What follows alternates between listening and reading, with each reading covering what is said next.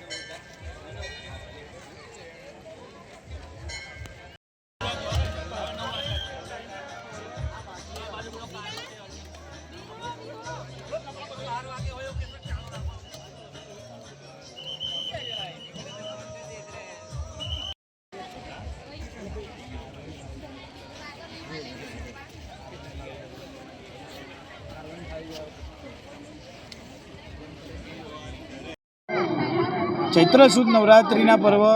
જ્યારે ચાલી રહ્યા છે ત્યારે